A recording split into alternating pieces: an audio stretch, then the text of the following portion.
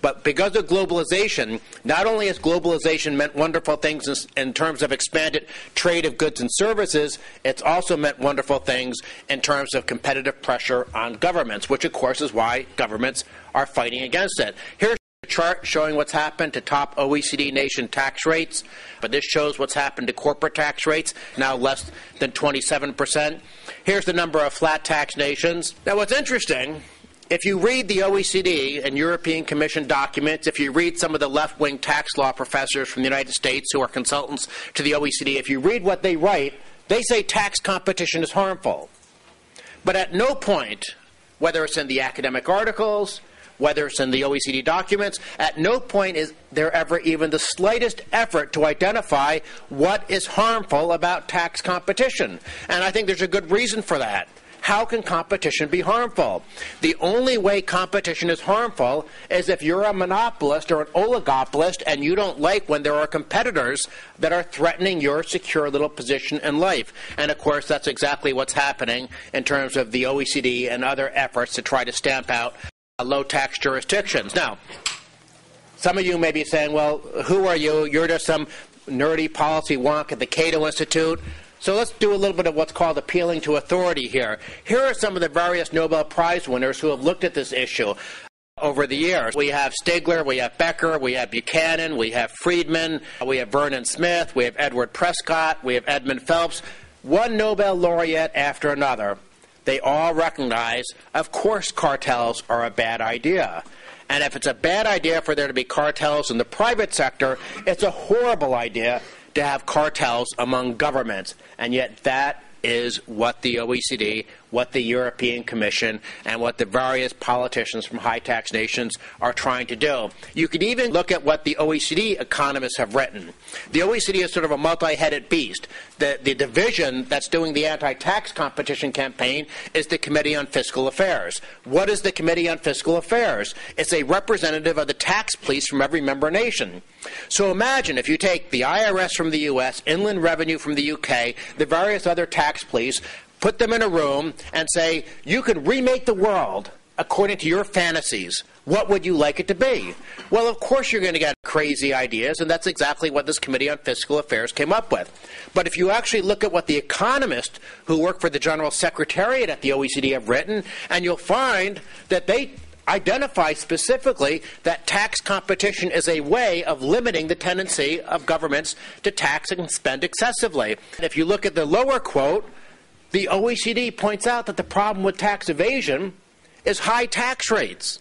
It's not low tax rates in the low tax jurisdictions, it's high tax rates in the high tax jurisdictions. That's what this issue is all about. Because there's no question, when you listen to the politicians, what do they always say? We're trying to stamp out tax evasion. Well, all the academic evidence out there says one thing. Tax evasion and tax avoidance, for that matter, are linked to one variable, tax rates.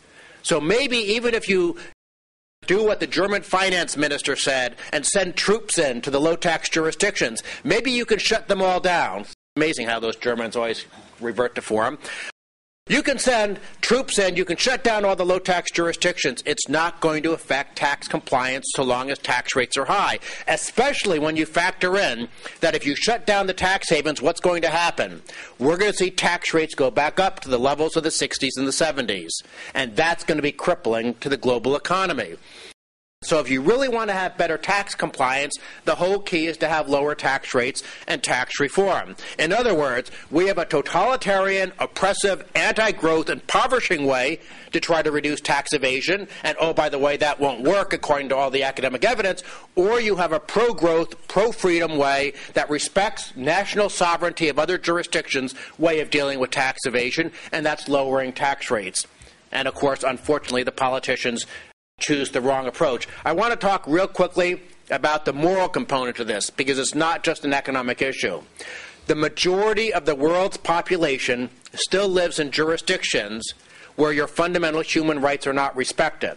And whether it's because you're a political dissident in some place like Russia, whether it's because you're an ethnic minority like an ethnic Chinese in some place like Indonesia or the Philippines, whether you live in a totalitarian state such as Hugo Chavez's Venezuela, whether it's because you have a family in Mexico and if you file your taxes honestly, Corrupt people inside the tax authority will sell it to kidnapping gangs, and you get one of your kids' fingers in the mail. There are people all over the world who have a fundamental human rights need and interest in protecting their financial privacy. What's going to happen if the OECD and European Commission succeed? You're going to put people at risk. Not at risk of higher tax rates. I think that's bad, as I talked about before. You're talking about putting people at fundamental risk of their lives if you wind up letting corrupt and incompetent governments get a hold of their personal information. And again, we don't understand that very well because we live in a jurisdiction where we might complain about government policy, but at least we have the rule of law. Imagine if you live in China or Russia or Latin America or Africa or much of Asia. You don't have those rights and freedoms, and your very life can be in danger if the OECD succeeds. In other words, tax havens are a refuge for people who need financial privacy to protect themselves. It's worth noting that the Swiss financial privacy laws were actually strengthened and codified back in the 1930s to help protect the German Jews who were hiding their money from the Gestapo. And what's interesting about this, and I'll go ahead and close on these few points here, is that even the people on the other side admit this. Jeffrey Owens, who's the head tax-free bureaucrat at the OECD pushing the anti-tax competition campaign, he admitted to the UK Observer that tax havens are essential for individuals who live in unstable regimes. Joe Gutentag, who was International Tax Counsel under Clinton, admitted the same thing. He admitted, talking about the dangers to your children and to individuals of too much information sharing with governments. And even the United Nations, in a 1998 report that was designed to attack low-tax jurisdictions, the United Nations admitted that governments are the ones that spy on people and take away their freedoms. Let me go ahead and close by just throwing this Adam Smith quote up on the screen. Two-part quote, it's a long quote, but if you don't believe me, if you don't believe the recent Nobel Prize winners, let's go back to the very father of economics, Adam Smith. What Adam Smith recognized way back in 1776, what Nobel Prize winners recognize today, what even left-wing economists recognize in terms of the beneficial impact of lower tax rates, and what human rights advocates recognize as the importance of financial privacy, these are all things that are under threat if the OECD, the European Commission, and greedy domestic politicians from the United States and elsewhere succeed. If you look at the OECD's definition of what is a tax haven, you'll find something very interesting. The United States is a tax haven.